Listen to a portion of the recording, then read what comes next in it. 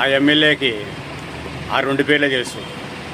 10 సంవత్సరాలు ఎమ్మెల్యేగా ఉన్న ఆయన ఆ 2 పేర్లతోనే ప్రెస్ మీట్లలో పిలిచేవాళ్ళు.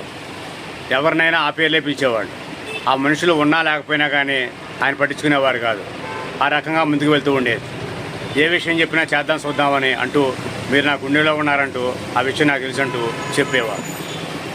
అయితే శివరాత్రి రోజుల్లో కూడా, ఏమండి మీడియా సోదరులకు ఇళ్ల స్థలాల గురించి ఏ విషయం తేల్చరేంటండి, మీ పేరు చెప్పుకుంటాం అని చెప్పని విలేకరులు అడిగితే, మనకి ఇంకా 6 నెలల టైం ఉంది, మీకు వచ్చిన ఇబ్బంది లేదు, ముందు వరుస మీదే అని చెప్పేవారు.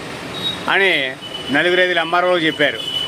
10-15 స్టేజీలలో, బహిరంగ సభలలో చెప్పినా కానీ ఏ ఎంఆర్ఓ కూడా ఏమీ చేయకోకుండానే వెళ్ళిపోవడం జరిగింది. ఒక ఎంఆర్ఓ అయితే ఆ ఎమ్మెల్యే గారు మీకు ఇవ్వద్దన్నారు అని చెప్పడం జరిగింది.